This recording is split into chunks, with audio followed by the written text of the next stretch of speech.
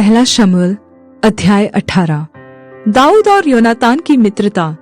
जब वह शाऊल से बातें कर चुका, तब योनातान का मन दाऊद पर ऐसा लग गया कि योनातान उसे अपने प्राण के समान प्यार करने लगा। और उस दिन शाऊल ने उसे अपने पास रखा और पिता के घर लौटने न दिया। तब योनातान ने दाऊद से वाचा बांधी, क्योंकि वह उसको अपने प्राण के समान प्यार करता था। योनातान ने अपना बागा, जो वह स्वयं पहने था, उतार कर अपने वस्त्र समेत दाऊद को दे दिया, वरन अपनी तलवार और धनुष और कटीबंध भी उसको दे दिए। और जहाँ कहीं शाऊल दाऊद को भेजता था, वहाँ वह जाकर बुद्धिमानी के साथ काम करता था। अतः शाऊल ने उसे योद्धाओं का प्रधान नियुक्त किया, और समस्त प्रजा के लोग और शाऊल के कर्मचारी उससे प्रसन्न थे। शाऊल की दाऊद के प्रति शत्रुता।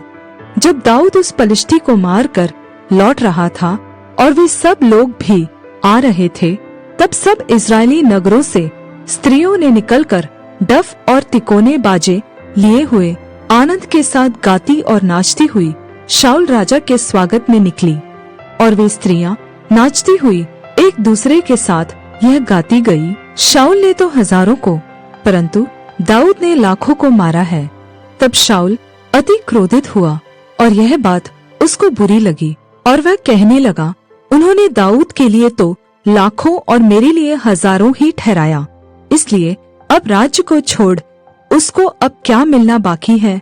उस दिन से शाऊल दाऊद की ताक में लगा रहा। दूसरे दिन परमेश्वर की ओर से एक दुष्ट आत्मा शाऊल पर बल से उतरा और वह अपने घर के भीतर नबूवत करने लगा। दाऊद प्रतिदिन के समान अपने हाथ से बजा रहा था, और शाऊल अपने हाथ में अपना भाला लिए हुए था। तब शाऊल ने यह सोचकर कि मैं ऐसा मारूंगा कि भाला दाऊद को बेध कर दीवार में धंस जाए, भाले को चलाया, परंतु दाऊद उसके सामने से दोनों बार हट गया।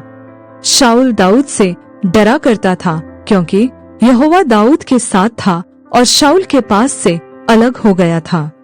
शाऊल ने उसको अपने पास से अलग करके सहस्त्रपति किया, और वह प्रजा के सामने आया जाया करता था। और दाऊद अपनी समस्त चाल में बुद्धिमानी दिखाता था, और यहोवा उसके साथ साथ था। जब शाऊल ने देखा कि वह बहुत बुद्धिमान है, तब वह उससे डर गया।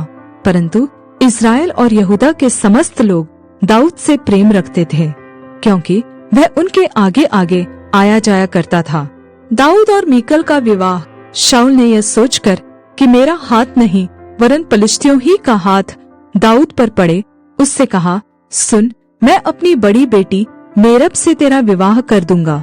इतना कर कि तू मेरे लिए वीरता के साथ यहोवा की ओर से युद्ध कर।